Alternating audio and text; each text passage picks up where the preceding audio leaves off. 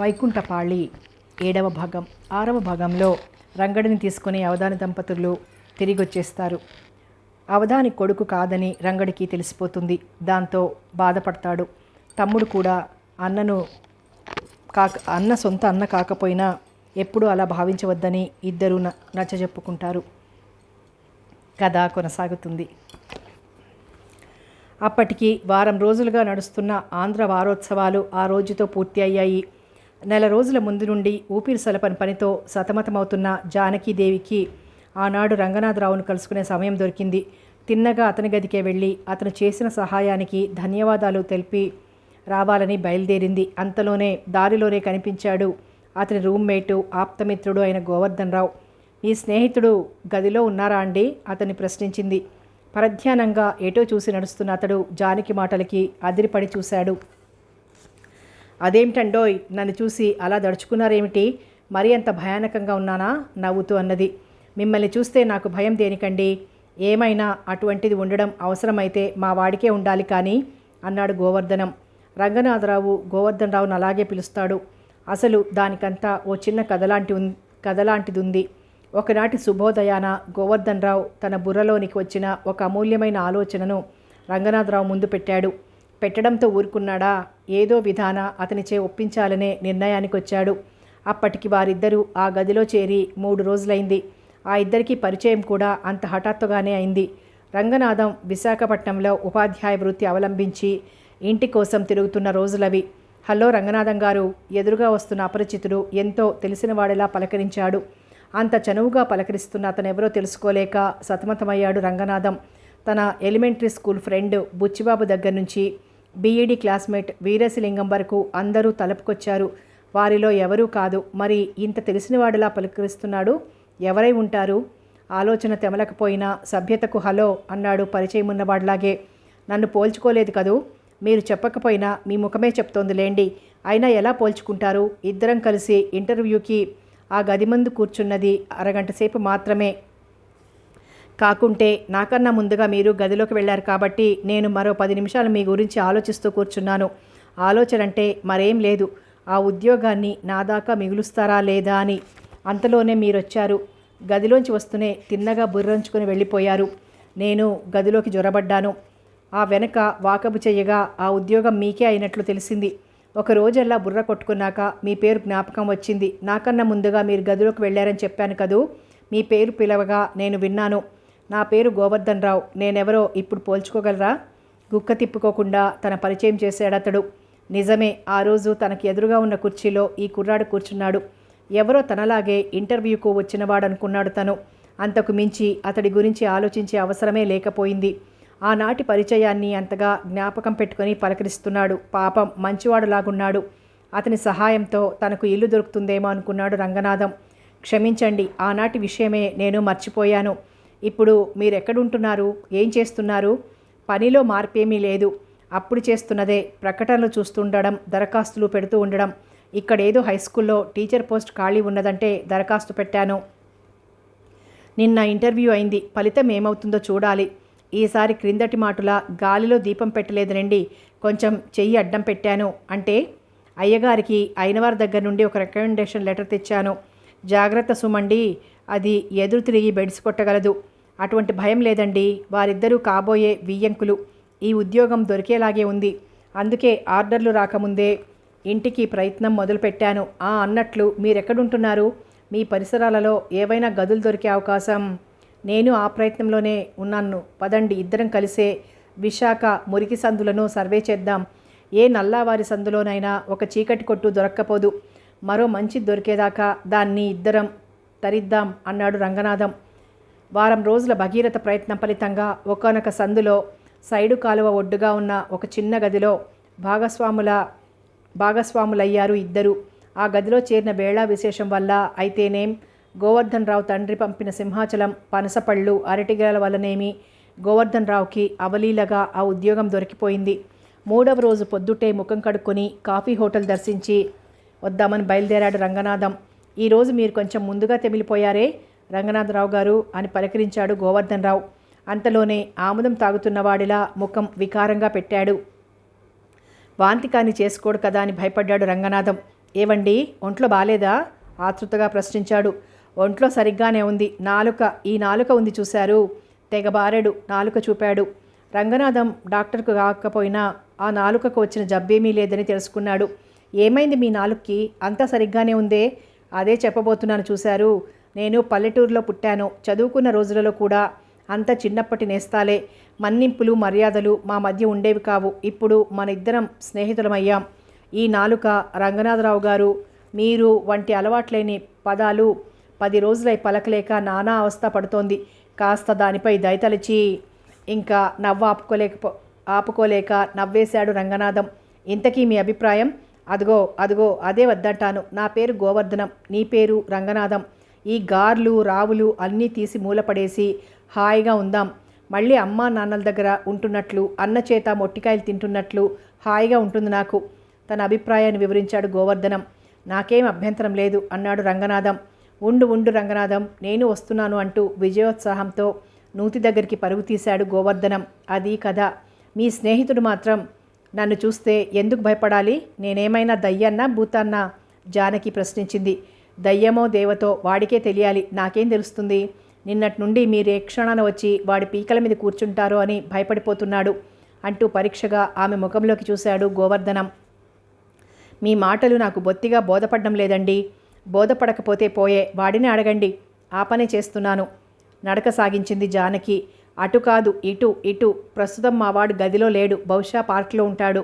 జానకి గోవర్ధనం దగ్గర సెలవు తీసుకుని పార్క్ అంతా అరగంట పైన గాలించగా ఒక చివర బెంచి మీద ఏదో పుస్తకం చదువుతూ కనిపించాడు రంగనాథం. ఎదుట నిలిచిన కన్నెత్తి చూడనంత దీక్షగా పుస్తకంలోకి చూస్తున్నాడు. అంతగా ఆ మనిషిని ఆకట్టుకున్న పుస్తకం ఏమిటా అని చూసింది జానకి. అతడు చదువుతున్నది పుస్తకంలోని విషయం కాదు, అందులో పెట్టిన ఉత్తరం. మీరు చేసిన సహాయానికి చాలా థ్యాంక్స్ అండి రంగనాథం గారు అన్నది. ఓ మీరా, నమస్కారం అండి అన్నాడు రంగనాథం తొట్టుపడుతూ. గోవర్ధన్ రావు చెప్పిన మాట నిజమే. ఈయన తను చూసి నిజంగానే గాబరా పడుతున్నాడు అనుకుంది జానకి. ఏమిటి ఇలా వచ్చారు? మా నాటికలకి మీరు చేసిన సహాయానికి ధన్యవాదాలు తెలుపుదామని. ఒకసారి అన్న మాటనే తిరిగి ఉచ్చరించడంలో ఉన్న విసుగుదలను పైకి కనిపించనీయకుండా అన్నది జానకి. అబ్బే, అందులో నే చేసిన సహాయం ఏముందండి? మీరేమైనా అటువంటి ధన్యవాదాలు తెలపదలుచుకుంటే అందుకు అర్హుడైన వ్యక్తి మా గోవర్ధనం. ఆ నాటకాల వాళ్లతో వాడికున్న పరిచయాన్ని బట్టి ఆ నగలు బట్టలు సంపాదించగలిగాం. అది సరే, దానికేం కానీ ఆంధ్ర వారోత్సవాల గురించి అంతా ఏమనుకుంటున్నారు? అందరి మాటకేం కానీ ముందు మీ మాట చెప్పండి. మీకెలా ఉన్నాయి? అన్ని కార్యక్రమాలు అనుకున్న దానికన్నా బాగా అయ్యాయి. అన్నింటిలోకి ఆఖరి నాటక అభాగ్యుని అదృష్టం నా మనస్సుని ఒక ఊపు ఊపింది. అందులో అభిప్రాయాలైతే ఉన్నతంగానే ఉన్నాయి, కానీ సహజంగా లేవని నా ఉద్దేశం. అంతటి త్యాగమూర్తులైన తల్లులు ఈ రోజుల్లో కనిపించరు. మీరు పొరబడుతున్నారు జానకీదేవి. వెలలేని వజ్రాలు కూడా ఒకానొక దశలో బొగ్గులతో పాటే ఉంటాయి. వాటి నాణ్యతను తెలుసుకోగలిగిన నిపుణుడే వాటిని పోల్చుకోగలడు. నా ఉద్దేశంలో మాతృహృదయపు లోతులోంచి వెలువడిన ఒక మధుర తరంగం అభాగ్యుని అదృష్టమనే ఈ నాటిక.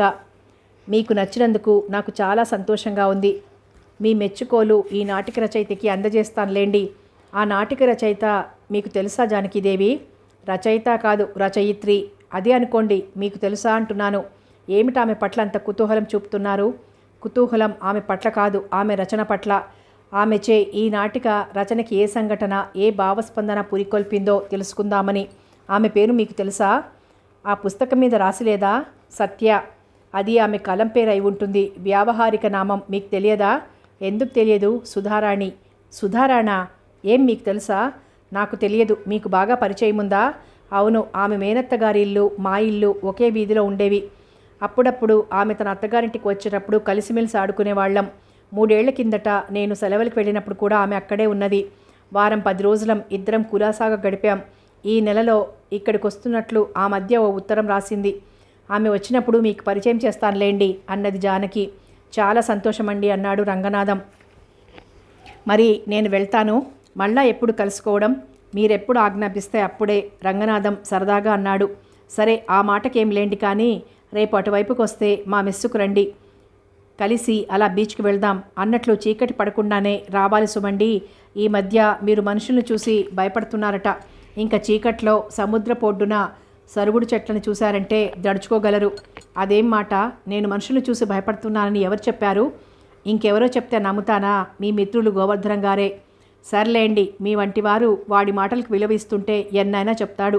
వాడికి ఉన్నవి లేనివి కల్పించి చెప్పడం అంటే అదో హాబీ. ఏమో బాబు, మీ స్నేహితుడి గురించి నాకేం తెలుస్తుంది? మీరు చెప్తున్నారు కాబట్టి నమ్ముతున్నాను. మరీ సెలవు.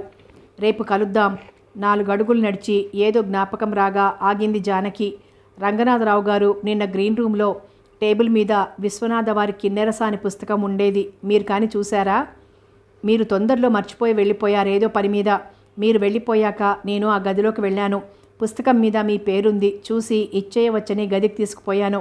క్షమించండి, ఇంకేదో ఆలోచనలో పడి ఆ సంగతి చెప్పటమే మర్చిపోయాను. మరేం పర్వాలేదులేండి, కానీ కొంచెం పని ఉన్నది. ఆ పుస్తకం ఒకసారి ఇయ్యగలరా?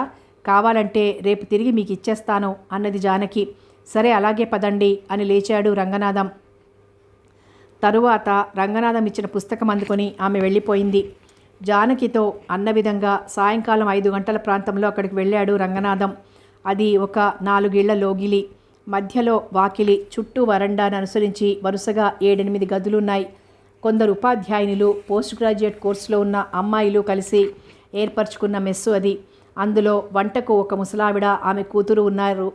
ముసలావిడను అందరూ మామగారు అంటారు. ఆమె వారికి వండి పెట్టడమే కాకుండా వారి నీతి నియమాలకు, మంచి చెడ్డలకు తనదే బాధ్యత అన్నట్లు మాట్లాడుతుంది. లోపల ఏమనుకున్నా అంతా పైకి ఆమె మాటకు గౌరవించినట్లే నటిస్తారు. సుజాత, రొంపగా ఉన్నట్లుంది, ఊరికే తొమ్ముతున్నావు. ఈరోజు స్నానం చెయ్యకు. లలిత, ఆ జుట్టుకి కొంచెం నూనె రాయి, చుండు పట్టి ఊకలా రాలిపోయింది. జానకి, గదంతా మరీ అలా రిమ్ముకు కూర్చున్నావేమిటి? ఆ పుస్తకాలు కాస్త బొత్తిపెట్టి టేబుల్ మీద పెట్టు అంటూ ఆజ్ఞలు జారీ చేస్తోంది. తరువాత అవి ఆచరించబడ్డాయో లేదో ఆమె చూడదు. ఆ పిల్లలు తన మాటను ఎలాగ వినరని ఆమెకు తెలుసు. అయినా పైవాళ్లంతా తనను వట్టి వంట మనిషిగా కాకుండా ఆ ఇంటి యజమానురాలుగా, ఆడపిల్లలకి గార్డియన్గా అనుకోవాలని ఆమె తాపత్రయం. గుమ్మంలో ముందుగా మామగారి దర్శనమైంది. అది అంత శుభసూచనగా అనిపించలేదు రంగనాథానికి. ఇంకా ఈవిడ అయినవి కానివి 1,00,000 ప్రశ్నలు వేసి అటు పుట్టు ఇటు పుట్టు ఆనవాళ్లు స్పీకనిదే వదిలిపెట్టదు అనుకున్నాడు. నమస్కారం మామగారు, జానకీదేవి ఉన్నారా? ప్రశ్నించాడు రంగనాథం. ఆ రోజు ఎందుకో ఆమె బహు ప్రసన్నంగా ఉంది. ఎందుకు లేదు నాయనా, తన గదిలో ఉంటుంది చూడు అన్నది ఆమె బుర్ర మీద కొత్త సైను పంచ కొంగును సర్దుకుంటూ. గదిలో పక్క మీద ఏదో మ్యాగజైన్ చూస్తూ పడుకుంది జానకి. నన్ను షికారుకు రమ్మని చెప్పి తనింకా అలాగే ఉన్నది అనుకున్నాడు రంగనాథం. ఏం అలా ఉన్నారు? ఒంట్లో సరిగ్గా లేదా? సరిగ్గానే ఉంది. మరి ఏం అలా ఉన్నారు? మీరు అంత కుతూహలం చూపించిన అవసరం లేదు. కానీ రంగనాథరావు గారు, ఈరోజు మీ రాకలో ఏమైనా ప్రత్యేకత ఉందా? మీరు బీచ్కి వెళ్దామన్నారు, వచ్చాను.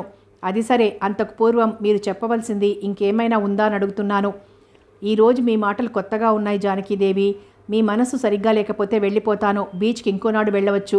మనసు ఎందుకు సరిగ్గా లేదని ప్రశ్నించరేం?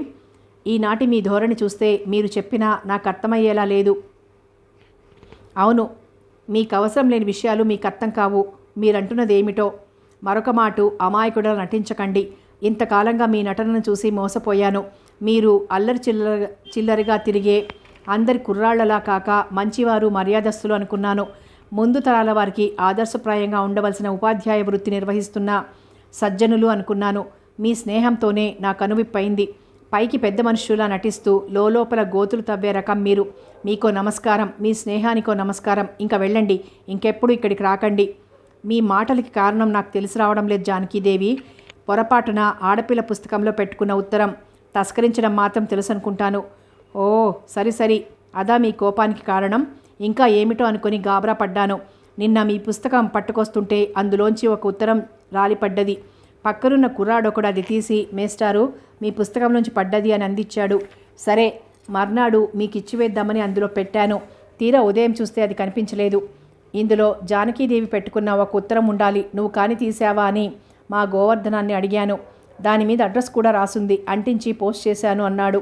మీ ఉత్తరం సలక్షణంగా పోస్ట్ చేయబడిన విషయం నిన్ననే చెప్పవలసింది. మీరింత రాద్ధాంతం చేసేదాకా ఆ విషయం నా బుర్రలోకి రాకపోవడం దురదృష్టకరం.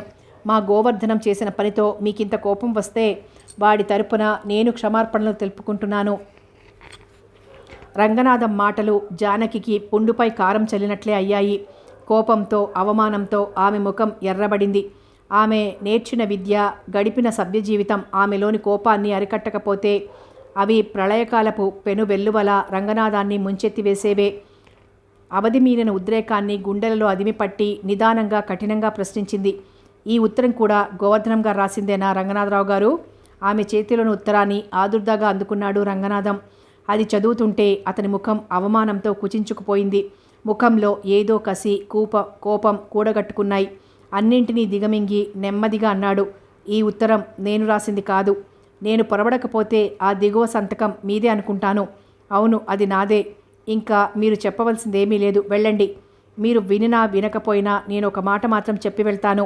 ఈ ఉత్తరానికి నాకు ఎటువంటి సంబంధం లేదు. అది నేను రాసింది కాదు.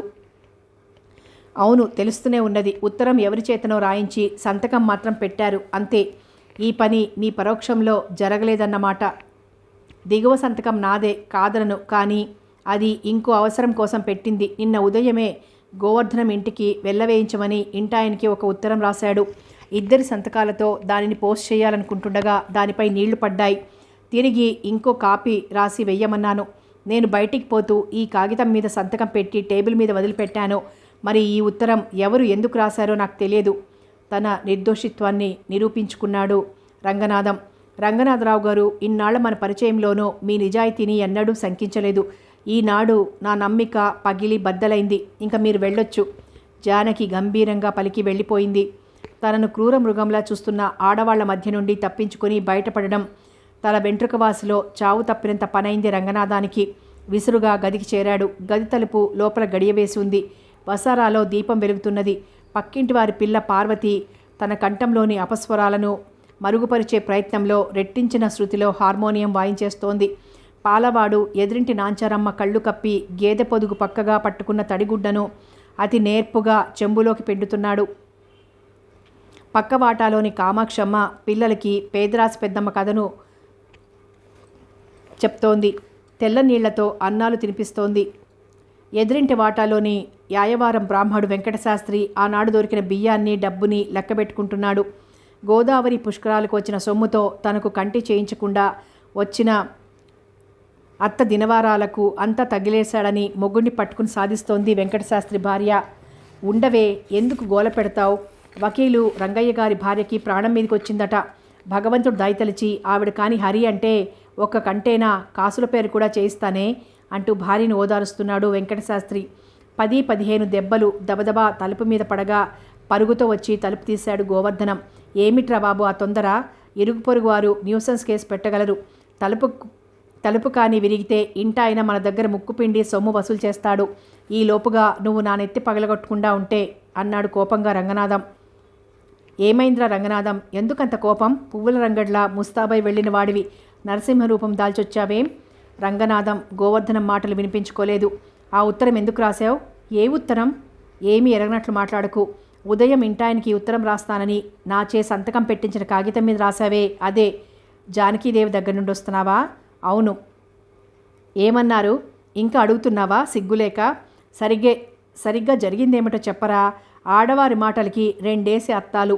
ఇంకా గ్రహించగలిగితే పుంజీల కొలిది అర్థాలు ఉంటాయంటాడు మా వామనరావు.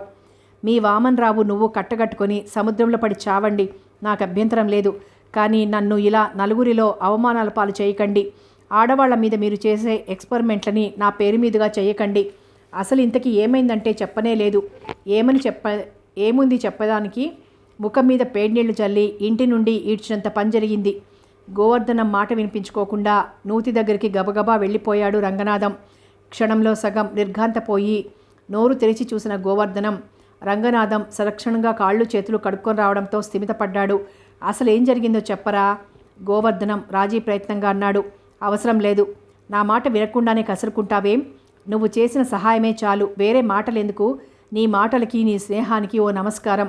నీకు ఈ గదిలోనే ఉండాలని ఉంటే నేను ఇంకొక గది చూసుకొని వెళ్ళిపోతాను. లేకపోతే ఆ ప్రయత్నం నువ్వే చెయ్యి. 2 చేతులతో కళ్ళు కప్పుకొని మంచం మీద వాలిపోయాడు రంగనాథం. సరే, అలాగే వెళ్ళిపోతాను, కానీ ఒక మాట జ్ఞాపకం ఉంచుకో. నేనేం చేసినా నీ మేలు కోరే చేశాను. అనిశ్చిత పరిస్థితులకి ఒక నిశ్చయ రూపం కల్పిద్దామనే ఉద్దేశంతోనే చేశాను. నా సహాయానికి నువ్వు కృతజ్ఞత చెప్పుకునే రోజు వస్తుందని ఆశిస్తాను. మరి సెలవు.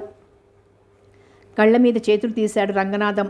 గోవర్ధనం దండాన పడి ఉన్న తన బట్టల్ని ట్రంకులో కుక్కుతున్నాడు. ఉండరా బాబు, ఉన్న పళంగా ఈ రాత్రిపూట ఎక్కడికి పోతావు? ఎక్కడికో అక్కడికి, నీకు నా స్నేహం అక్కర్లేదుగా చంటివాడిలా అలక సాగించాడు గోవర్ధనం. ఏదో అంటే అన్నానులే, దానికోసం నువ్వు వెళ్ళిపోనక్కర్లేదు. నా జోలికి రాకుండా గదిలో ఓ మూల పడుండు అన్నాడు రంగనాథం సర్దుబాటుగా.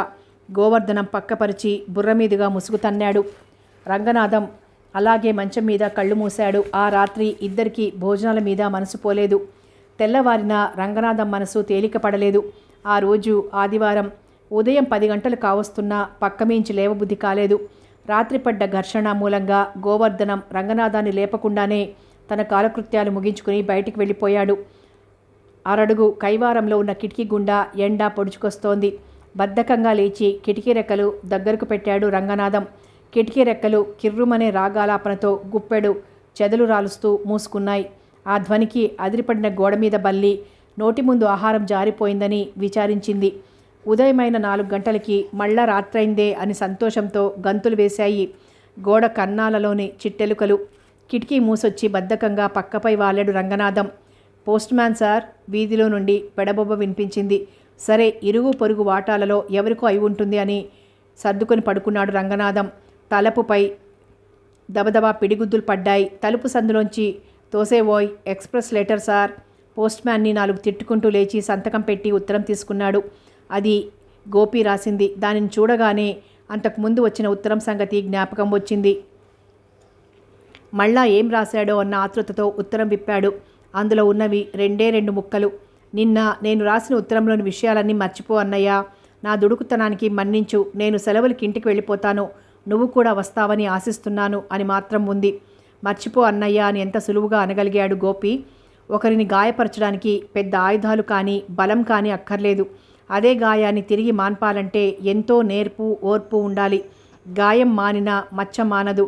అది కంట కనబడినప్పుడల్లా ఆ సందర్భం, ఆ బాధ జ్ఞాపకం వస్తాయి. దుర్భర మనస్కులు దానిని చూసుకుని పదే పదే వాపోతారు. అందుకు కారకులైన వారిని నిందిస్తారు. గంభీర స్వభావులు దానిని జ్ఞాపకాల దొంతులకు అట్టడుగున పడేసి ఏనాటికైనా అది చదలు పట్టి నశించకపోతుందా అని ఆశిస్తారు. వారి ఆశకు పరిస్థితులు అనుకూలించిన నాడు సఫలత ఉంటుందేమో, లేనినాడు ఇవన్నీ అర్థం లేని ఆలోచనలు. తన జీవితంలోని ఏ సంఘటనను మర్చిపోలేడు. వాటిలోని మంచి చెడ్డలు తను నీడల్లాగా వెంటాడుతూనే ఉంటాయి అనుకున్నాడు రంగనాథం. ఇంజనీరింగ్ కోర్సులో చేరిన మొదటి సంవత్సరంలో గోపి ఉత్తరాల నిండా అన్న తన పట్ల చూపుతున్న అభిమానానికి కృతజ్ఞతలు నిండి ఉండేవి. నీ పట్టుదల లేకపోతే నాన్నగారు నన్ను ఇందులో చేరనిచ్చేవారు కాదు అన్న. ఆయన చెప్పిన అభ్యంతరాలన్నీ నీ ఆసరాతో తోసిపుచ్చావు. ఈ విషయంలో నీకొక మాట ఇవ్వగలను. నువ్వు పంపుతున్న సొమ్ములో ప్రతి పైసా సద్వినియోగం అయ్యేలా చూస్తాను. గడుస్తున్న ప్రతి గంట ఓ గమ్యానికి దగ్గర చేసేలా వెచ్చిస్తాను అని రాసేవాడు. ఆ రోజులలో గోపి ఆలోచనలు ఊహలు సాగిన తీరే వేరు. అందని శిఖరాలను అందుకుంటున్నాను అనే ఆనందం, ప్రగతిపై ఆశాభావం, భావి జీవితంపై మమకారం, అందుకు కారకుడైన అన్నపై ఆదరభావం అతని ప్రతి ఉత్తరంలోనూ ద్యోతకమయ్యేవి. నువ్వు ఇబ్బంది పడి అంత సొమ్ము నాకు పంపబోకు, నాకు అవసరానికి మించి పంపుతున్నావు అని రాసేవాడు. 2 సంవత్సరాలుగా నీ చదువుకి ఆరోగ్యానికి అవరోధం కల్పించని ఈ ఏర్పాట్లు ఈనాడు నీకు ప్రతిబంధకాలు కావడం ఎలా జరిగింది గోపి అని ప్రశ్నించింది. రోజురోజుకి కాలం మారుతున్నది అన్నయ్య. కాలంతో పాటు మన అవసరాలు కూడా మారుతాయి అన్నాడు గోపి. కాలం మారినా మన ఆర్థిక పరిస్థితి మారలేదన్న విషయం మర్చిపోతున్నావు గోపి. నేను ఏమి కాని పని చేస్తున్నానని మందలిస్తున్నావన్నయ్య.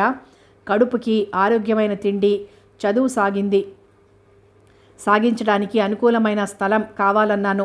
హాస్టల్లో ఉంటే ఆ 2 సమకూరుతాయి. ఇక్కడ గదిలో కప్పల తక్కడ మేళం లాగుంటుంది. వాళ్ళు చదువుకోరు, ఇంకొకరిని చదువుకోనియరు అన్నాడు గోపి. గోపి అన్న మాటలో అనుచితం ఏమీ లేదనిపించింది రంగనాథానికి. వాడి చదువు పూర్తి చేస్తానని మాట ఇచ్చాను. ఇప్పుడు వెనక్కి లాగి లాభం లేదు. 1-2 ట్యూషన్లు ఏర్పరచుకుంటే ఈ ఖర్చుకు సరిపోతుంది అనుకున్నాడు. సరే, అలాగే కానీ గోపి, రంగనాథం ఒప్పుకున్నాడు. అన్నయ్య అభిమానానికి మరోసారి కృతజ్ఞత వెల్లడించాడు గోపి. అసలు విషయం అప్పుడే ప్రారంభమైంది. ఏ నెలకు పంపినది ఆ నెలకు చాలక మరలా సొమ్ము కావాలని రాసేవాడు గోపి. అడిగిన వెంటనే పంపేందుకు రంగనాథం దగ్గర సొమ్ము సిద్ధంగా ఉండేది కాదు. అతని జీవితం గడవాలి, తల్లిదండ్రుల అవసరాలు చూడాలి, గోపి చదువుకు పంపాలి. నువ్వు ఖర్చులు తగ్గించుకోవాలి గోపి. నేను బిఏ చదివిన 2 ఏళ్లలోనూ ఎంత ఖర్చు చేశానో నీకు తెలియంది కాదు. మన అవసరాలని మన హద్దుల్లో ఉంచుకోవాలి అని రాసేవాడు రంగనాథం. నీ హెచ్చరిక నా బ్రతుకుని వేలెత్తి చూపించిందన్నా. నేను తింటున్నది 10 మంది విద్యార్థులుంటున్న హాస్టల్లో. నలుగురిలో కలిసిమెలిసి ఉంటున్నప్పుడు పాటించవలసిన కనీస మర్యాదలు కొన్నుంటాయి. నువ్వు ఒంటరిగా ఓ కొట్టులో కాలక్షేపం చేసి చదువు పూర్తి చేశావు. నీ గురించి ఎవరికీ పట్టించుకోవాల్సిన అవసరం కలగలేదు. నాకు నీలా గడవటం లేదు. ఈరోజు 4 స్నేహితులతో కాఫీ తాగుతాను, సినిమాకు తీసుకెళ్తారు. రేపు వారికి నేను బదులు తీర్చాలి. లేకపోతే పిసినిగొట్టు అంటారు. తేరగా వస్తే తింటాడు, తినడానికి తయారు అంటారు. నీకీ హాస్టల్ జీవితం, ఇందులోని సాధక బాధకాలు తెలియవు. ఇక్కడ ఉంటూ ఈ అలవాట్లకు భిన్నంగా నడిస్తే అసహ్యం పాలవుతాను. డబ్బు పంపడం కష్టంగా ఉంటే మళ్ళా పూర్వపు గదిలోకి మారిపోతాను అని రాసేవాడు గోపి. జీవితం పట్ల ఒక్కొక్కరి దృక్పథం ఒక్కొక్కలా ఉంటుంది. తమ పరిస్థితులను, అవసరాలను సమన్వయపరుచుకుంటూ కొందరు నడిచిపోతారు. అందని జీవితాన్ని అందుకోవాలనే ఆత్రంతో పరుగులు పెడతారు మరికొందరు. అందరికీ అన్నీ సమకూరవు. అది లేదని ఇది లేదని బాధపడుతూ తమకున్న దానిని గుర్తించకుండా కాలం గడిపేస్తారు. అటువంటి కోవకు చెందినవాడే గోపి. మనవి ఒక బ్రతుకులేనా అన్నయ్య అంటాడు. ఏ చిన్న సంతోషాన్ని కొనుక్కోలేం. బజార్లో చక్కని టెర్లిన్ షర్ట్స్ కనిపిస్తాయి. తోటి విద్యార్థి కొత్త షూస్ నిగినిగా మెరిసిపోతుంటే మనసు పీకుతుంది. వేసవి కాలంలో ఎండలో నడుస్తుంటే ఐస్ క్రీం వాడి కేక అమృతప్రాయంగా వినిపిస్తుంది. సాయంకాలం ఆకలితో కాళ్ళీడ్చుకుంటూ కాలేజీ నుండి తిరిగొస్తుంటే అయ్యర్ హోటల్ ఆహ్వానిస్తుంది. నీ చేతిలో డబ్బుంటే ఇవన్నీ నీ కనుసంగలో నీ కాళ్ల ముందు నడిచొస్తాయి. మనలాంటి నిర్భాగ్యులకు ఈ ఆనందాలన్నీ అందని మాని పళ్ళు. నువ్వు ఒంటి నిండా బట్టలు వేసుకుంటున్నావు, కాలికి చెప్పులున్నాయి, కడుపు నిండిన దానికి తిండికి కొదవలేదు. ఈ పాటి అవసరాలు తీరని వారు మన దేశంలో ఎంతోమంది ఉన్నారు గోపి అంటావు. భగవంతుడు నీకిచ్చిన దానిని సంతోషంతో స్వీకరించు. లేని దానికై బాధపడే బదులు ఉన్నదానితో ఆనందాన్ని వెతుక్కో. నీ హృదయంలో సంతోషం ఉంటే చుట్టూ ఉన్న ప్రపంచం సంతోషంగా కనిపిస్తుంది అని కదా నీ వాదన అన్నయ్య. నా ఉద్దేశంలో ఇవన్నీ ధర్మపన్నాలు. అనువైన వాడు దొరికితే ఉపన్యసించడానికి, అధికులమనుకునేవారు చెప్తే ఆలకించడానికి మాత్రమే బాగుంటాయి. ఈ విషయంలో మనిద్దరివి భిన్నమైన మార్గాలన్నయ్య అంటూ రాస్తాడు గోపి. అన్నదమ్ముల మధ్య జరుగుతున్న ఈ ఉత్తర ప్రత్యుత్తరాలు అవధాని గారికి, పార్వతమ్మకు తెలిసేవి కావు. మా పిల్లలిద్దరికీ ఒకటే మాట, మా ఒకటే బుద్ధి అని చెప్పుకొని సంతోషించేవారు. అదివరలో గోపి రంగనాథాల మధ్య ఎన్ని వాగ్వివాదాలు జరుగుతున్నా అందులో ఆదరం, ఆప్యాయత ఉండేవి. తన పర అన్న భావం ఉండేది కాదు. రంగనాథం ఏ విషయంలోనైనా కోపంతో విసుక్కున్నా గోపి పట్టించుకునేవాడు కాడు. నువ్వు నా అన్నవి, నిన్ను అడక్కపోతే ఇంకెవరిని అడుగుతానన్నయ్యా, నీకన్నా నా కాప్తులు ఎవరున్నారని అని రాసేవాడు. కానీ మొన్నటి ఉత్తరం ఎటువంటి మాటల్ని మోసుకొచ్చింది అనుకున్నాడు రంగనాథం. 2వ సంవత్సరం ఆఖరికి హోటల్ భోజనం బాగా లేదనిపించింది. నలుగురితో కలిసి ఉన్న ఆ గది ఇరుకుగా అనిపించింది గోపికి. ఆ మాట విన్న రంగనాథం తెల్లబోయాడు. క్రిందటి ఉత్తరంలో నా మైసూరు ప్రయాణానికి నిన్ను సొమ్ము అడగడం నాదే తప్పన్నయ్యా. నీ దగ్గర ఏమి దాచిపెట్టానని మాటిమాటికి నిన్ను వేధించడం. నువ్వు ఉదార హృదయుడు కాబట్టి నన్ను హాస్టల్లో పెట్టి చదివిస్తున్నావు. నా గురించి ఇంత సొమ్ము ఖర్చు పెట్టవలసిన అవసరం నీకేముంది?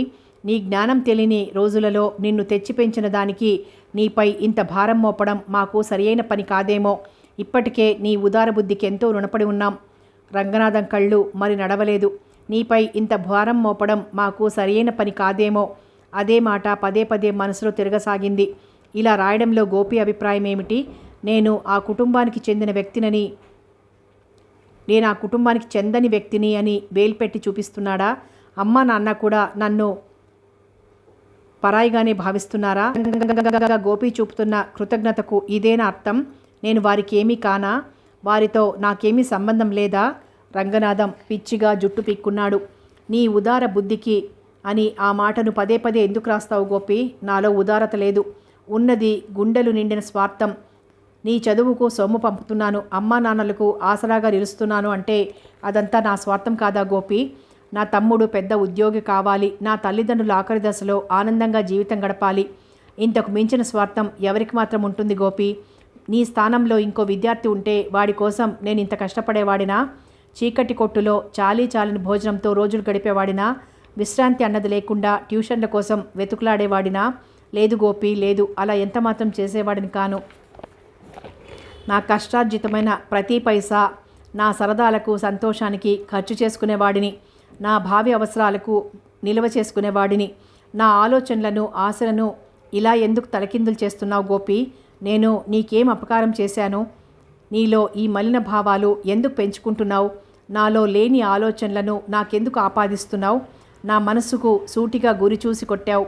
అది తగలరాని చోట గట్టిగానే తగిలింది. ఇప్పుడు మర్చిపో అన్నయ్య అంటున్నావు. అది అంత సులువా గోపి? శరీరానికి తగిలిన దెబ్బ మందులతో మానుతుంది, మనసుకు తగిలిన దెబ్బ మాటలతో మానదు. రంగనాథం ఆవేదనకు అంతులేకపోయింది. కసిగా 2 ఉత్తరాలను ముక్కలు ముక్కలుగా చించి గదంతా వెదజల్లాడు. కడుపులో ఆకలి, మనసులో కోపం అతన్ని పిచ్చివాణ్ణి చేశాయి. అలా ఎంతసేపు ఉండిపోయాడో అతడికే తెలియదు. క్రమక్రమంగా ఆ గదిలో ఉన్న కొద్దిపాటి వెలుగు తగ్గిపోయింది. ఎదురుగా దండాన వేళ్లాడుతున్న బట్టలు వర్ణభేదం లేకుండా అన్నీ నల్లగా కనిపించసాగాయి. పార్వతి, కాస్తసేపు ఆ సంగీతం సాధన చేసుకోవే అంటోంది ఎదురింటావిడ కూతురుతో. సాయంకాలం 5 గంటలు మొదలు రాత్రి 7 గంటల దాకా రోజు ఆ పాట కచేరీ జరుగుతూ ఉంటుంది. ఒక్కోసారి వాచి ఆగిపోతే రంగనాథం, పార్వతి పాట ఆపేసింది, 7 గంటలకు పైగానే అయి ఉంటుంది, పద భోజనం చేసొద్దాం అనేవాడు గోవర్ధనం తలుపుకు రాగానే ఆనాడు ఉదయం నుండి అతడు తిరిగి గదికి రాలేదన్న సంగతి జ్ఞాపకానికి వచ్చింది. తన మీద కోపం కొద్దీ పగలల్లా ఎక్కడ తిరుగుతున్నాడో పిచ్చివాడు. అయినవి కానివి పనులు చేస్తూ మళ్ళా ఏమైనా అంటే ఏడ్చుకుంటాడు. ఓసారి బయటికి పోయి చూసి గదికి తీసుకురావాలి అనుకుని బయలుదేరాడు రంగనాథం.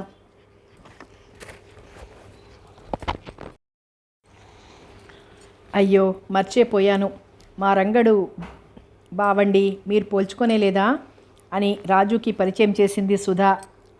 శ్రీవారిని నీకు పరిచయం చేయనక్కర్లేదనుకుంటాను, ఆయనలా నీకు మతిమరుపు లేదని ఆశిస్తాను అన్నది సుధా రంగనాథంతో.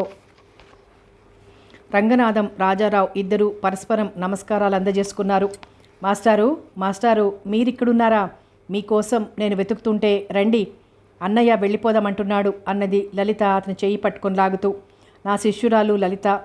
అక్కడ ఉన్నవారికి పరిచయం చేశాడు రంగనాథం. అక్కడ ఉన్న నూతన వ్యక్తుల్ని చూసి, మీ బంధువులా అని ప్రశ్నించింది లలిత. అవునమ్మా, అయితే మాతో రారా?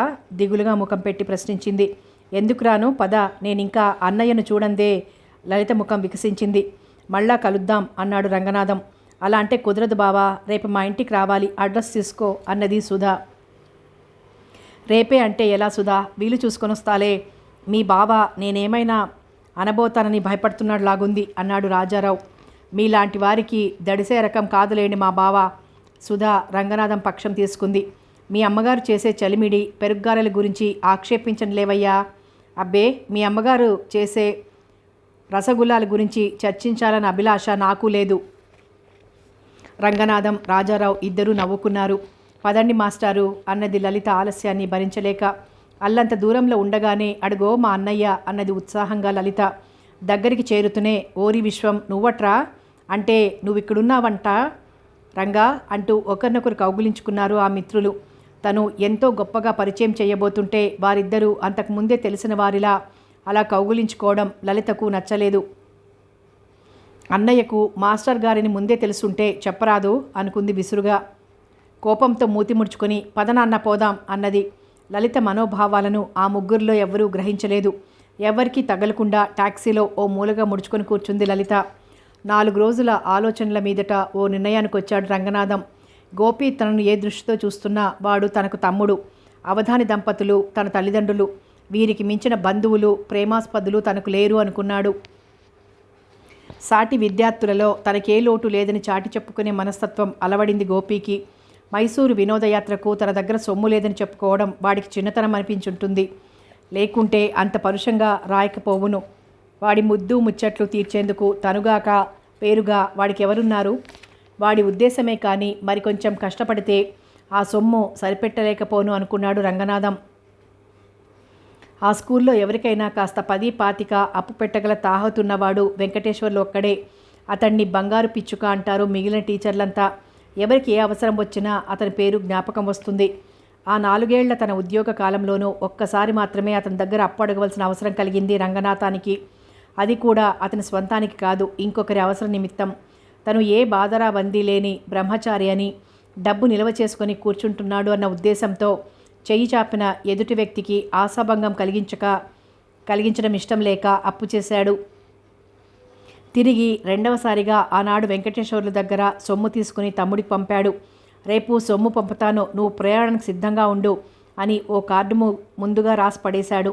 ఆ పని కాస్త జరిగిపోయాక రంగనాథానికి మనసు తెరిపిన పడింది. తమ ఇద్దరి మధ్యన రాలిపడిన ఆ విషబీజం మొలకెత్తి మహావృక్షం కాకుండా తొలగించాను అన్న సంతృప్తి మిగిలింది. తేలిక పడిన మనసుతో స్కూల్ వైపు నడిచాడు. ఆ రోజు రంగనాథానికి ఒక్కటే క్లాసు తీసుకోవలసి ఉంది. ఇంకా వేళ కాలేదని కామన్ రూమ్లో కూర్చున్నాడు. యథాలాపంగా ఎదుట ఉన్న పేపర్ తీసి పేజీలు తిరిగేస్తున్నాడు.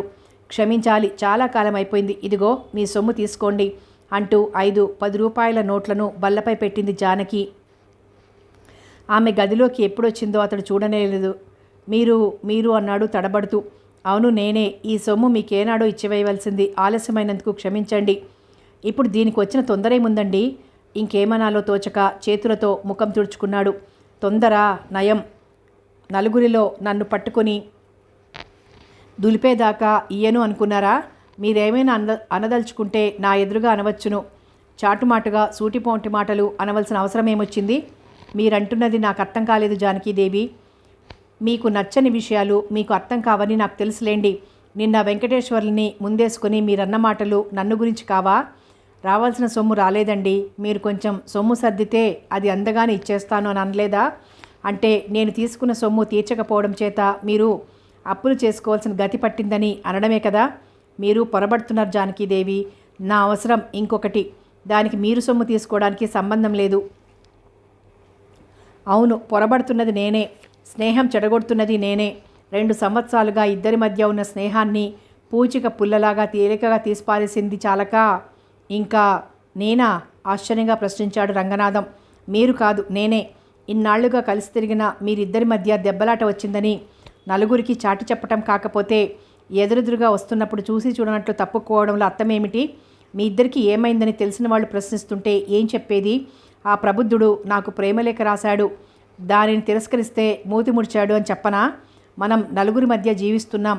నలుగురిలో నవ్వుల పాలు కాకుండా మసాలాలి అనే ఇంగిత జ్ఞానం కూడా మీకు లేదా? ఏమైతే నాకేమి, అవమానాల పాలయ్యేది ఆడదే కదా అనేనా మీ ధీమా? చిచి, ఏం మగాళ్ళో, ఎవ్వరినీ నమ్మడానికి లేదు. రంగనాథం చెప్పబోతున్న మాటను వినిపించుకోకుండా ఎంత విసురుగా వచ్చిందో అంత తొందరగా వెళ్ళిపోయింది జానకి. స్కూల్ విడిచిపెట్టాక ఏమీ తోచక అలా బజార్లో తిరుగుతుంటే ఒక బట్టల కొట్లోంచి బయటకు వచ్చింది సుధా.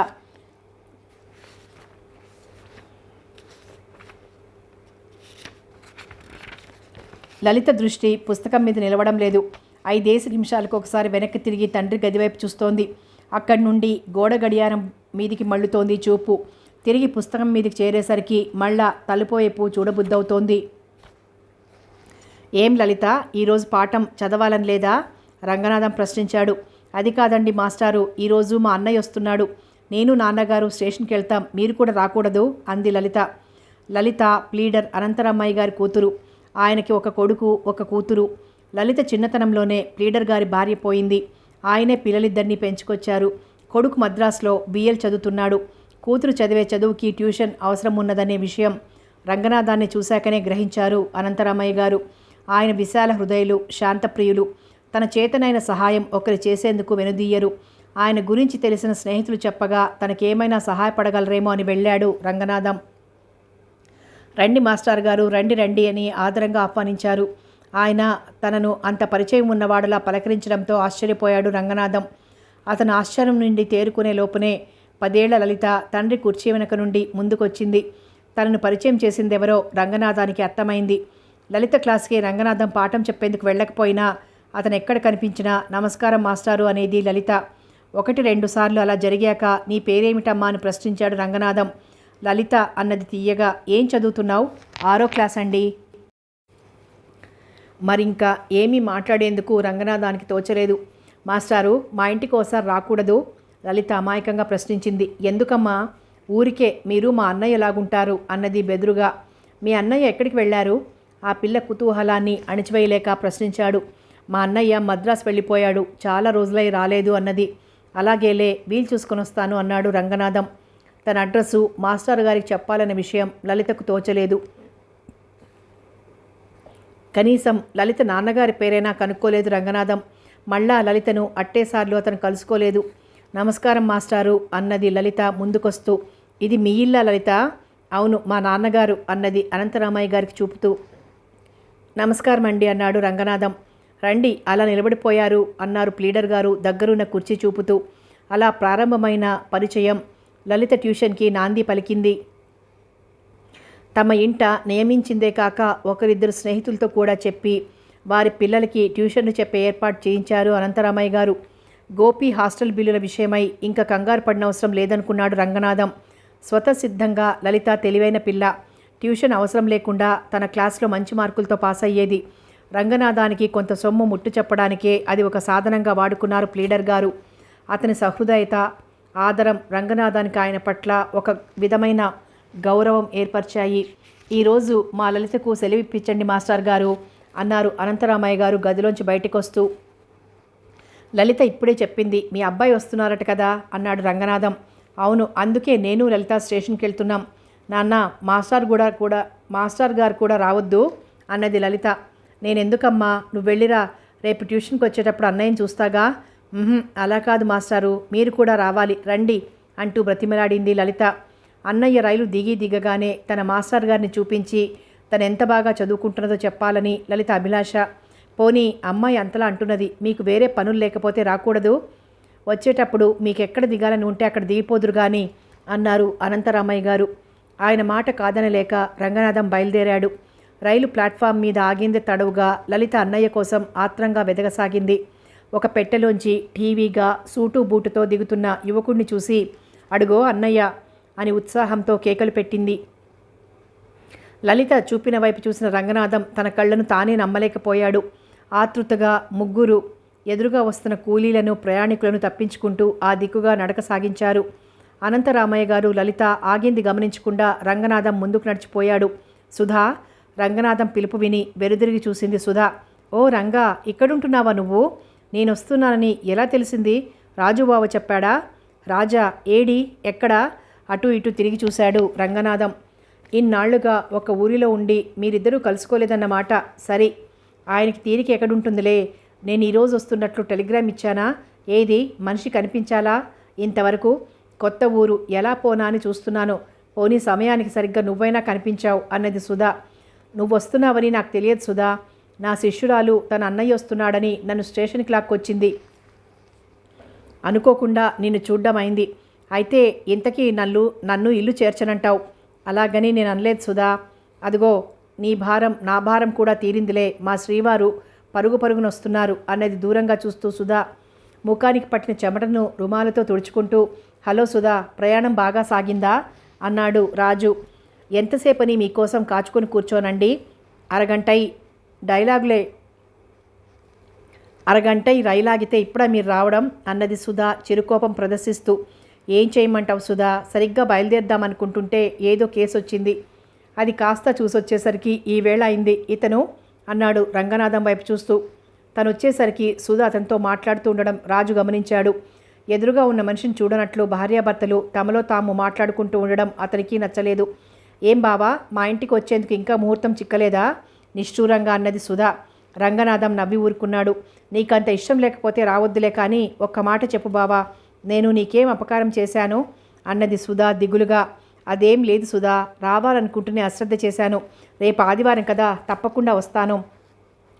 అదేం కుదరదు బావా, నువ్వు ఇప్పుడు నాతో రావాల్సిందే. ఆ రోజు బావ కూడా వేగిరం ఇంటికి వస్తానన్నాడు. అందరం కలిసి సినిమాకో బీచ్కో పోదాం. సుధ బలవంతం మీద రంగనాథానికి వెళ్ళక తప్పలేదు. అనుకున్న విధంగా రాజారావు త్వరగా రాలేదు. సుధా రంగనాథం తమ చిన్ననాటి ముచ్చట్లు తనివితీరా మాట్లాడుకున్నారు. మొదట్లో ముళ్ల మీద కూర్చున్న రంగనాథం కాలం గడుస్తున్న కొద్దీ పరిసరాలనే మర్చిపోయాడు. మళ్ళా ఢిల్లీలో తను సుధా చెట్టా పట్టాలు వేసుకుని తిరుగుతున్నట్లు అనిపించింది అతనికి. గోడ గడియారం 8 గంటలు కొట్టింది. అబ్బో, చాలా రాత్రైంది, నేను ఇంక వెళ్తాను సుధా. రంగనాథం లేచి నుంచున్నాడు. ఈ రాత్రికి భోజనం చేసి వెళ్దూ గాని ఆయన ఇంకా రానేలేదు. కలుసుకోకుండా వెళ్తావా? లేదు, మళ్ళా వస్తాను. రాజుతో చెప్పు, ఇంకా ఎంత రాత్రికి వస్తాడో మరి. మాట అంటే కాదు, తప్పకుండా రావాలి. ఎప్పుడొస్తావు అన్నది సుధా. నేను మీ ఇంటికి వచ్చేందుకో ముహూర్తం ఉండాలా ఏమిటి? ఎప్పుడు రావాలనుంటే అప్పుడే అన్నాడు. అంతకు పూర్వం రంగనాథం సుధ ఎదుటపడేందుకు ఏదో తప్పు చేసిన వాడిలా బిడియపడేవాడు. కానీ ఆనాటి సంభాషణతో ఆ జంకు తీరిపోయింది. సుధ నిర్మలమైన మనసుతోనే తనను ఆహ్వానిస్తోందని తెలుసుకున్నాడు. వారిద్దరూ వీధి గుమ్మంలోకి వచ్చేసరికి ఇంటి ముందు కారాగింది. అదిగో ఆయన రానే వచ్చారు అన్నది సుధ ఉత్సాహంగా. ఏమిటోయ్ రంగనాథం, అప్పుడే వెళ్ళిపోతున్నావు? రాజు పలకరించాడు. నే వచ్చి చాలాసేపు అయింది. మీరు రావడం ఈరోజు కాస్త ఆలస్యమైందేమో. రంగనాథానికి రాజారావుకు వయసులో అంత ఎక్కువ వ్యత్యాసం లేకపోయినా రాజును మీరు అని భావం అందించడం సుధ గమనించింది. రాజు దృష్టిలో అది పడనేలేదు. అది సరే కానీ సుధా, ఇంటికి వచ్చిన మనిషిని కాస్త భోజనం వగైరా చేసి వెళ్ళడం ఏమైనా ఉందా? లేక అలాగే కరిచిన పళ్ళతో పంపించేస్తావా? అతిథి మర్యాదలో సుధకి మీ సలహా అనవసరం. పీకలమయ్య కాఫీ టిఫిన్లు పెట్టి మరీ పంపుతున్నది అన్నాడు రంగనాథం నవ్వుతూ. ఏం కాఫీలయ్యా బాబు, ఈ కాలంలో వాటికో విలువ ఉండి ఏడిస్తే కదా చెప్పుకునేందుకు. నేను రోజుకి ఎన్నిసార్లు కాఫీ తాగుతానో తెలుసా? అందుకని భోజనం మానుకోమంటావా? ఒకరు మానుకోమంటే మాత్రం మీరు మానుకునే రకమేనా? ఒక్కరోజు మీచే లంకడం చేయించేసరికి నా తాతలు దిగొచ్చారు, జ్ఞాపకం లేదు అంది సుధా. రంగనాథాన్ని ఆ రాత్రికి వారింట భోజనం చెయ్యందే కదిలేందుకు వీల్లేదని పట్టుబట్టాడు రాజు. దంపతులిద్దరూ అంతలా అంటుంటే కాదని వెళ్ళిపోవడం మర్యాదగా ఉండదని ఉండిపోయాడు రంగనాథం. భోజనాలు పూర్తయ్యాయి. సుధా తమలపాకులు ఒక్కపుడి తెచ్చి ముగ్గురికి మధ్యగా పెట్టింది. రాజు తాను తాంబూలం సేవిస్తూ తీసుకో అన్నాడు పళ్ళెం రంగనాథం ముందుకు తోస్తూ. వద్దు, నాకు అలవాట్లేదు అన్నాడు రంగనాథం. శ్రీమతి వచ్చేదాకా తాంబూలం వేసుకోనని ప్రతిన పట్టాడండి మా బావ అన్నది సుధా. పోనీ సిగరెట్ అయినా కాలుస్తావా? సిగరెట్ కేసును తెరిచి పట్టుకున్నాడు రాజు. నవ్వుతూ చేతులు జోడించాడు రంగనాథం.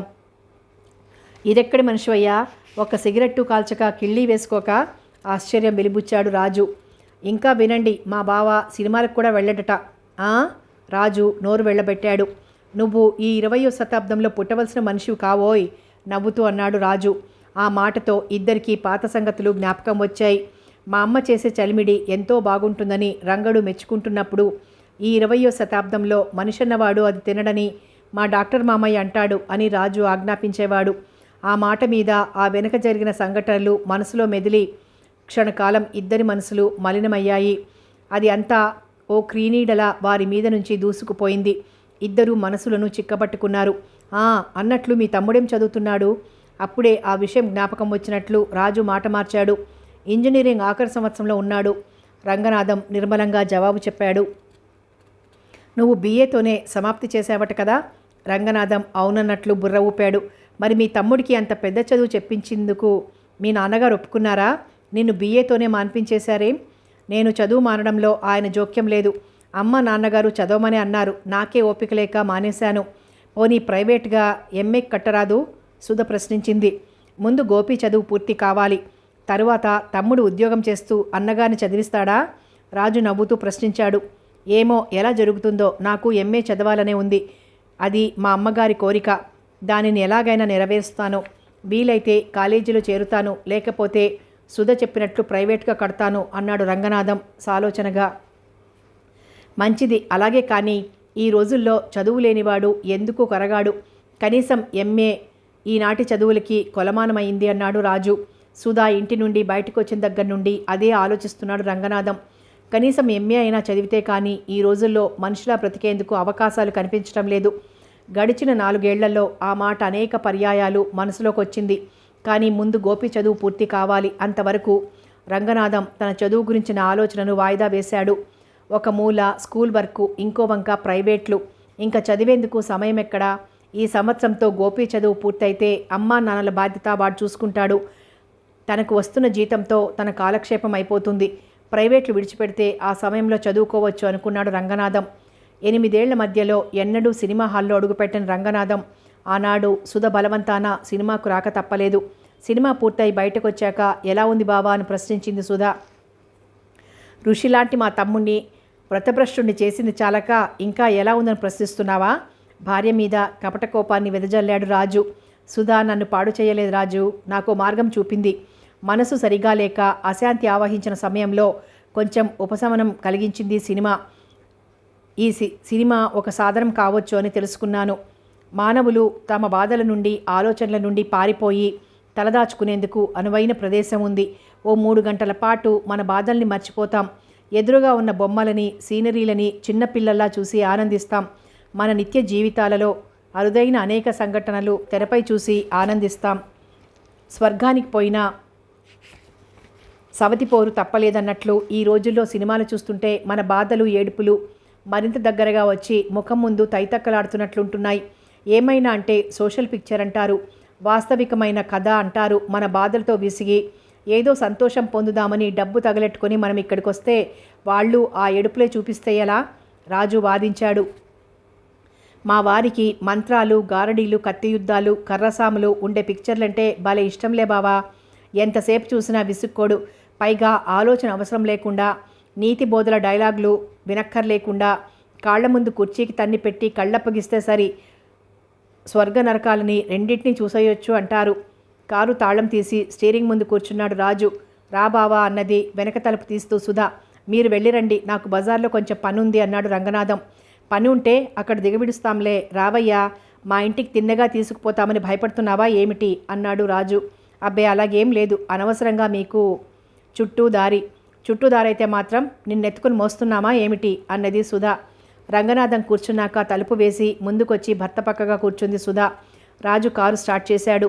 ఉండండి, ఒక్క క్షణం ఆపండి అన్నది సుధా. ఆతృతగా కారు తలుపు తెరుచుకొని దిగింది. కారు పక్కగా నడుస్తున్న ముగ్గురు ఆడపిల్లలలో ఒక ఆమెను హలో జానకి అని పలకరించింది. ఏమిటిలా ఊడిపడ్డావు? జానకి ప్రశ్నించింది. నువ్వెందుకొచ్చావో నేను అందుకే. లేదు రా, మా శ్రీవారిని పరిచయం చేస్తాను. నువ్వు క్రిందటిసారి వచ్చినప్పుడు కూడా ఆయన ఇంటి దగ్గర లేకపోయారు అంటూ కారు వైపు నడిచింది సుధా. ఈమె నా స్నేహితురాలు జానకి, ఈయన. నమస్కారం అండి, నా పేరు రాజారావు అన్నాడు రాజు. నమస్కారం అండి అన్నది జానకి. సినిమా చూసి వస్తున్నావు లాగుంది, ఇంటికేనా? సుధా ప్రశ్నించింది. లేదు, బజార్లో కొంచెం పనుంది. వాళ్లతో కలిసి వచ్చావా? దూరంగా నించున్న అమ్మాయిల్ని చూపించి అడిగింది సుధా. వాళ్ళు 6 గంటల ఆటకు వచ్చారు, కనిపిస్తే మాట్లాడుతున్నాను. అయితే పద, బజార్లో నిన్ను దింపేస్తాం. ఎందుకు శ్రమ? శ్రమకేం లేదు, మేము ఎలాగూ ఆధారంటే పోతున్నాం. ఇదిగో మా బావ కూడా అంటూ కారు వైపు చూపించింది. జానకిని తీసుకుని సుధా కారు వైపు రావడం చూసి రంగనాథం రెండవ వైపు తలుపు తెరుచుకుని దిగిపోయాడు. జానకి దృష్టిని తప్పించుకునేందుకు వెనుదిరిగి గోడలకున్న సినిమా పోస్టర్లను దీక్షగా చూస్తున్నాడు. బావా, అక్కడేం చేస్తున్నావు? ఇలా ఒకసారి రా అన్నది సుధా. సుధా పిలుపుతో కారు చుట్టూ తిరిగి వారి ముందుకొచ్చాడు. ఈమె నా స్నేహితురాలు జానకీదేవి, మా బావ రంగనాథరావు. సుధా ఇద్దరికీ పరిచయం చేసింది. నువ్వు పరిచయం చేయనక్కర్లేదు సుధా, వారు నాకు తెలుసు అన్నాడు రంగనాథం. మీరు ఒకరికొకరు ఎలా తెలుసు? కలిసి చదువుకున్నారా? సుధ కుతూహలంగా ప్రశ్నించింది. మేమిద్దరం ఒకే స్కూల్లో పనిచేస్తున్నాం, పైగా స్నేహితులం అన్నాడు రంగనాథం. స్నేహితులం అన్న మాటను నొక్కి పలుకుతూ అంతా అబద్ధం, ఆయన్ని నేనెరుగను అంటూ కోపంతో విసురుగా వెళ్ళిపోయింది జానకి. జానకి అని సుధా ఎంత పిలుస్తున్నా ఆమె వినిపించుకోలేదు. సుధా, రాజు, రంగనాథం ముగ్గురు ముఖాముఖాలు చూసుకున్నారు. ఇప్పుడు ఏమైందని ఆవిడకంత కోపం వచ్చింది అన్నాడు రాజు. అదే నాకు తెలియడం లేదు అన్నది సుధా. వారి సంభాషణలో పాల్గొనడం ఇష్టం లేక రంగనాథం ఇంకోవైపు ముఖం తిప్పేసుకున్నాడు. బజార్లో రంగనాథం పిచ్చివాడులా అటు ఇటు తిరగసాగాడు. కోపంతో, అవమానంతో అతని మనసు కుతకుతా ఉడుకుతున్నది. నేను పలకరించకుండా ముఖం తప్పించానని ఆనాడు దోషారోపణ చేసిందే, మరి ఈనాడు తను చేసిన పనేమిటి? నా గురించి సుధా, రాజు ఏమనుకుని ఉంటారు? అందమైన ఆడపిల్లలతో స్నేహాలు కల్పించేందుకు ఉచ్చులు పన్నుతున్నానని అనుకోరా? చిచి, ఏం ఆడవాళ్ళు! ఎంతసేపు వాళ్ల కోపతాపాలే కానీ ఎదుటివారికి కలుగుతున్న అవమానాన్ని అర్థం చేసుకోరు. అవునంటే తప్పు, కాదంటే తప్పు. బుద్ధి గడ్డి తిని ఈవిడితో స్నేహం చేశాను. ఈసారి కనిపిస్తే నిక్కచ్చిగా ఏదో ఒకటి తేల్చుకోవాలి అనుకున్నాడు రంగనాథం కసిగా. కాళ్ళీడ్చుకుంటూ గదికి చేరేసరికి చీకటి పడింది. 4 ఇళ్ల ముందు నుండే తన గదిలో దీపపు వెలుగు కిటికీ గుండా ఎదురింటి గోడ మీద పడడం రంగనాథం చూశాడు. తను 12 గంటలకే గది విడిచొచ్చాడే, మరి దీపం ఎలా వెలుగుతోంది? గోవర్ధనం వచ్చాడా అనుకున్నాడు. ఆతృతగా అడుగులు వేశాడు. తలుపు లోపల గడియ పెట్టబడి ఉంది. అనుకోకుండా తలుపు కన్నంలోంచి తొంగి చూశాడు రంగనాథం. నిగనిగా మెరుస్తున్న గుండుకల ఒక వ్యక్తి గోవర్ధనం పెట్టె తెరిచి ఏమో సవరిస్తున్నాడు. అప్పటికే కొన్ని పుస్తకాలు, బట్టలు అటు ఇటు చిమ్మబడి ఉన్నాయి. దొంగ గట్టిగా అరవాలనుకున్న రంగనాథానికి గొంతుక పెగల్లేదు. ఆ చిన్న ధ్వనికే దొంగ ఉన్న చోటు నుండి కదిలి గుమ్మం వైపుగా వస్తున్నాడు. రంగనాథం 2 చేతులు చాచి గుమ్మానికి అడ్డంగా నించున్నాడు. ఏది ఎలాగైనా వాడిని బయటికి పోనీయరాదన్న దృఢ సంకల్పంతో దబేల్మని తలుపు తోసుకుని వచ్చాడు గదిలో వ్యక్తి. అరే గోవర్ధనం, నువ్వట్రా? ఏమిట్రా వేషం? నీ బోడిగుండును చూసి గదిలో ఎవరో దొంగ ప్రవేశించాడనుకున్నాను. అయినా ఇదేం పనిరా? ఏదో కోపంలో మాట అన్నానని ఆ పట్టున పోయినవాడివి ఇప్పుడు రావడం? ఈ వారం 10 రోజులై ఎక్కడ తిరుగుతున్నావు? ఈ బోడిగుండు వేషమేమిటి? గుక్క తిప్పుకోకుండా ప్రశ్నించాడు రంగనాథం. ముందు మీరు నా ప్రశ్నకి సమాధానం చెప్పండి మహాత్మా. తమను సెలవు రోజున మధ్యాహ్నమే ఎక్కడికి వేంచేశారు? తమ కోసం చూసి చూసి కళ్ళు కాయలు కాచిపోయాయి. నాలాగే తమరు కూడా గృహ పరిత్యాగం కానీ చేశారని భయపడుతున్నాను. అటువంటిదేమీ లేదురా. ఈ మధ్యనే మా అత్తయ్య కూతురు ఈ ఊరొచ్చింది. ఆమె సినిమాకి రమ్మంటే వెళ్ళొస్తున్నాను. ఆ అమ్మాయి ఎలా ఉంటుంది? ఏం చక్కని చుక్కలా ఉంటుంది. మరింకేం కొట్టావన్నమాట ఛాన్సు. పోరా వెదవు బుద్ధి. ఆమె భర్త ఇక్కడే కేజీ హాస్పిటల్లో డాక్టర్. మధ్యాహ్నం వారింట్లోనే భోజనం చేశాను. సరే కానీ నీ సంగతి ఏమిటి? గదిలో ఒక మూల నుండి గాజులు గలగలమన్నాయి. రంగనాథం ఆశ్చర్యంగా అటువైపు చూశాడు. మా శ్రీమతి. నీకు పెళ్ళెప్పుడైంది? ఆ పిల్లని ఆ చీకటి కొట్లోకి ఎందుకు తెచ్చావు? అదంతా చెప్పాలనే కదరా ముందు ఇక్కడికి వచ్చింది. ఉదయం నుంచి నీ దర్శనమే కాలేదాయే. నిన్ను చూశాకనే అమ్మ దగ్గరికి వెళ్ళాలనుకున్నాను. ఆఖరి బస్సు కూడా వెళ్ళిపోయింది. బాగుంది, ఇంకా రేపు ఉదయం వరకు ఇక్కడ ఉండవలసిందే. ఇంతకీ నీకు పెళ్ళెప్పుడైంది? మీ అమ్మ నాన్నగారు ఎక్కడున్నారు? నా పెళ్ళి తిరుపతి కొండ మీద 7 కొండలవాడి సమక్షంలో అయింది.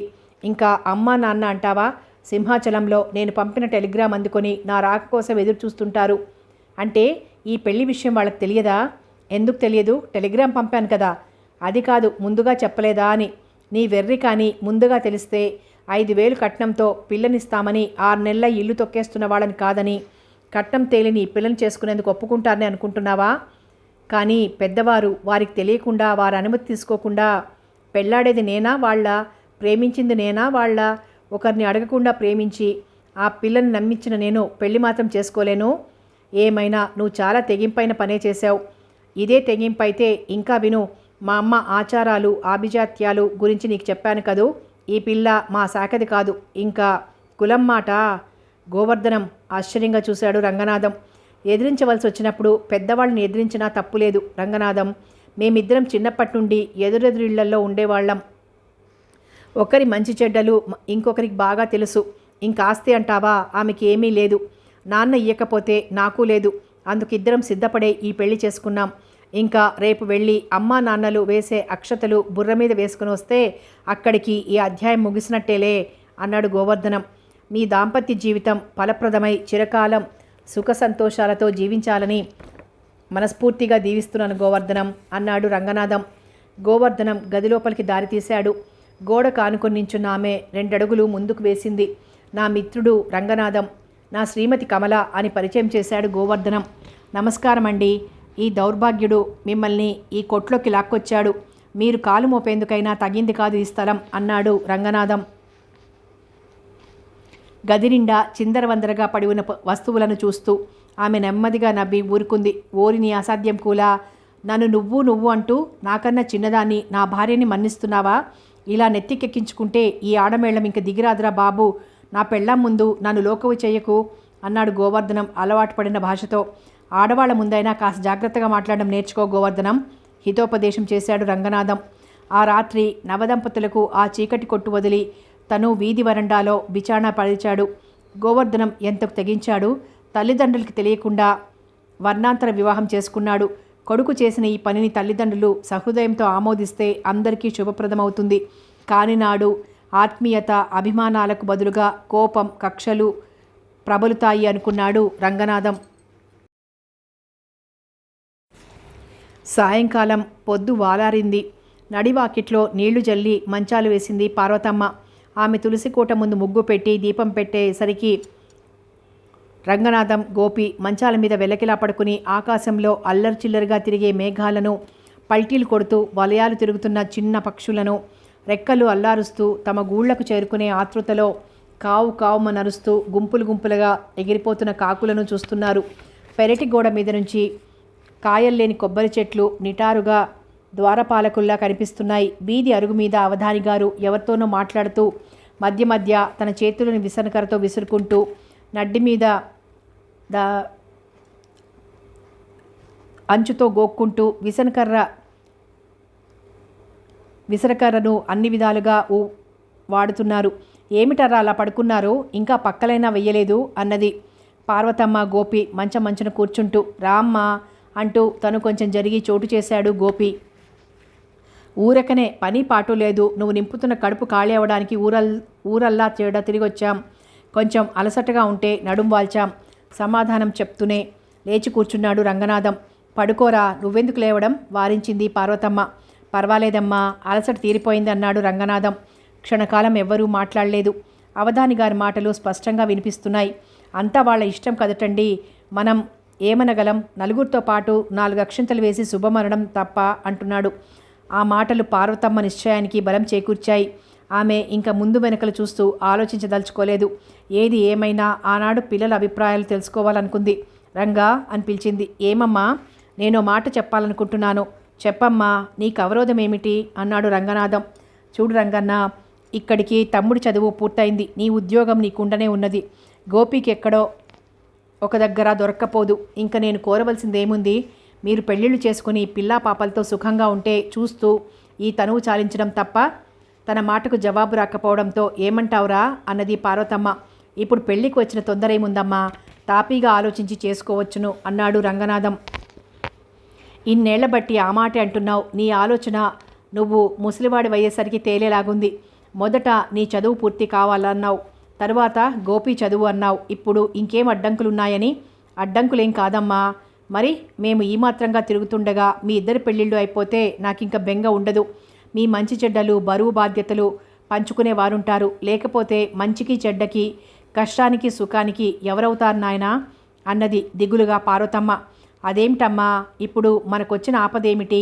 అంతా సవ్యంగా జరిగిపోతుంది. నీ కోరిక ప్రకారం ఇప్పటి వరకు అన్నీ సాగుతూ వచ్చాయి, ఇది మాత్రం నెరవేరదా? అది కాదు రంగా, ఏ కాలానికి ఆ ముచ్చట బాగుంటుంది. చూడు, నీ తోటివాడే శాస్త్రిగారి అబ్బాయి 2 బిడ్డల తండ్రై ఇల్లు తిప్పుకుంటున్నాడు. మీకైనా పెళ్ళిడు రాలేదనా? మీ నాన్నగారికి పెళ్లి నాటికి అది వేరే సంగతి అమ్మా. ఆ కాలానికి ఆ అలవాటు సరిపోయింది. పోనీ ఈ కాలం అలవాటు ప్రకారమైన 25 ఏళ్ల వయసు పెళ్ళిడు కాకపోయిందా? చూడు రంగా, మా ఎరుకలో 2 చక్కటి చుక్కల్లాంటి పిల్లలున్నారు. ఒక పిల్ల శాస్త్రిగారి అమ్మాయి, ఆ మధ్యనోసారి మన ఇంటికి వచ్చింది, చూసే ఉంటావు. ఒక పని చేసినా, ఒక మాట్లాడినా తీర్చిదిద్దినట్లుంటుందనుకో. ఇంకా పిల్ల అంటావా, చిదిమి దీపం పెట్టొచ్చు. పార్వతమ్మ వర్ణన జరుగుతూనే ఉంది. ఈ పిల్లను తమ ఇద్దరిలో ఎవరికి వధువుగా అమ్మ నిర్ణయించబోతున్నదా అని ఆలోచనలో పడ్డాడు రంగనాథం. మీ నాన్నగారు కూడా శాస్త్రిగారితో వియ్యమందడానికి మురిసిపోతున్నారు. ఆయన నిజంగా దేవుడు లాంటివారు. ఆ పిల్లదంతా తండ్రి పోలికే. మన గోపికి ఈడు జోడు చక్కగా కుదిరిందంటున్నారు మీ నాన్నగారు. నాకా? గోపి నోట ఆశ్చర్యంగా వెలువడిందామాట. అవునరా, నీకే. అన్నయ్యకి మన ఊరిలో అచ్చమ్మత్త కూతురు లేదు. నీకేం తెలుసులే. మీరు పెద్దవాళ్ళు అయ్యేసరికి భూమి పుట్ర అమ్ముకున్నాక ఆ ఊరు వెళ్ళిందెప్పుడు? నిరుడు ఈ ఊరిలో ఎవరింటికో పెళ్ళికొచ్చిందట అత్తయ్య గారు అంటూ వస్తే పోల్చుకొనలేకపోయాను. ఏం వినయం, ఏం మప్పితనం. పెద్ద చదువులేం చదవకపోయినా పిల్ల భారత భాగవతాలు ధారాళంగా చదువుతుంది. చూసేందుకు చక్కని చుక్కలా ఉంది. ఇంకా పనిపాట్లల్లో అంతవరకు చెప్పిన కొడుకులు తన మాటలు వింటున్నారా లేదా అని అనుమానం కలిగింది పార్వతమ్మకు. నువ్వేమంటావు రంగా? నేనింకా పిల్లని చూడలేదు కదమ్మా. అప్పటి మట్టుకు తప్పించుకునేందుకు సాకుగా అన్నాడు. అయ్యో, అదెంతలో మాట. రేపు ఒక కార్డు రాసి పడేశామంటే 4వ నాటికి గుమ్మంలో దిగుతారు. 7 ఏడాది నుంచి వాళ్ళు రాస్తున్న ఉత్తరాలకి గోపి చదువు అడ్డేస్తున్నాం అన్నది పార్వతమ్మ. నేను శాస్త్రిగారి పిల్లని చూడక్కర్లేదమ్మా అన్నాడు గోపి. మా నాయనే, మా బంగారు తండ్రే. నువ్వు ఇలాగంటావని నాకు తెలుసు. పార్వతమ్మ పొంగిపోయింది. రంగనాథానికి తల తీసినట్లయింది. తను వారి నిర్ణయంపై పూర్తి భరోసా ఉంచలేకపోయానని అమ్మ నొచ్చుకుందా? గోపి తల్లిదండ్రుల నిర్ణయానికి ఇంత విలువనిస్తాడని తను తలచనే లేదు. లేక అమ్మ మెప్పు పొందాలని అంగీకరించాడా అనుకున్నాడు. బాగా ఆలోచించి చెప్పు గోపి. ముందు ఏదో గొప్ప కోసం ఒప్పుకొని ఆ వెనక బాధపడితే లాభం లేదు. వివాహం 100 ఏళ్ల పంట అంటారు పెద్దలు. జీవిత భాగస్వామిని ఎంచుకోవడంలో మరికొంత విచక్షణ, ఆలోచన ఉంటే మంచిదేమో తమ్ముణ్ణి హెచ్చరించాడు రంగనాథం. అటువంటి ఆలోచన అక్కర్లేదన్నయ్యా. శాస్త్రిగారి సుగుణని నేను చిన్నప్పటి నుంచి ఎరుగుదును. ఇద్దరం కలిసి ఆడుకునేవాళ్ళం, కొట్టుకునేవారం. నేను కాలేజీ అదంతా వేరు గోపి. చిన్ననాటి ఆటపాటలకి వివాహానికి తేడా ఉంది. అది అమాయక బాలబాలికల మధ్య వృద్ధి చెందే స్నేహం. అది పరిణితి చెందిన మనసుల మధ్య ఉండవలసిన అనురాగం. నా ఉద్దేశం అదే అన్నయ్య. సుగుణ పట్ల నాకు ఆ భావం లేదు. ఇంకా చూడవలసిన అవసరమేముంది? పార్వతమ్మ, రంగనాథం ఆశ్చర్యంతో నోళ్లు తెరుచుకున్నారు. వారిరువురు ఆ తాకిడి నుండి తేరుకోకుండా గోపి మరో బాణం విసిరాడు. ఈ సెలవులు పూర్తి అయిన వెంటనే నేను పెళ్లి చేసుకోబోతున్నాను. వివాహానికి వధువు, అటు తర్వాతనే మామగారు వేయించబోయే ఉద్యోగం నిర్ణయమై ఉన్నాయి. కాబోయే మామగారు 10 మందితో పరిచయం ఉన్న నలుగురిలో గౌరవంగా పేరు చెప్పుకోగలిగిన పెద్ద మనిషి. పిల్లంటావా, చదువుకున్నది, సభ్య సమాజంలో మనగలిగింది, నా కంటికి రంబలా కనిపించేది. ఇంతకన్నా ఏ మగాడికైనా ఏం కావాలమ్మా? గోపి గుక్క తిప్పుకొని వెనకకు చూసేసరికి అవధాని గారు వాకిట స్తంభానికి ఆనుకుని నించున్నారు. చిరు వెన్నెల అతని నుదుట ముడతలను ముద్దు పెట్టుకుంటోంది. అతని కన్నులలో నీలాల నింగి ప్రతిఫలిస్తోంది. పార్వతమ్మ కానీ అవధాని గారు కానీ గోపి ప్రశ్నకు జవాబు చెప్పలేదు. నిలువెత్తు గోడల ఇల్లు వాయువేగానికి నిలవలేక కుప్ప కూలినట్లు కుర్చీలో కూలబడ్డారు అవధాని గారు. చాలా పొద్దుపోయినట్లుంది, ఇంకా వంట కాలేదు. తనలో తనే అనుకుంటూ వంట ఇంట్లోకి వెళ్ళిపోయింది పార్వతమ్మ. కథ కొనసాగుతుంది.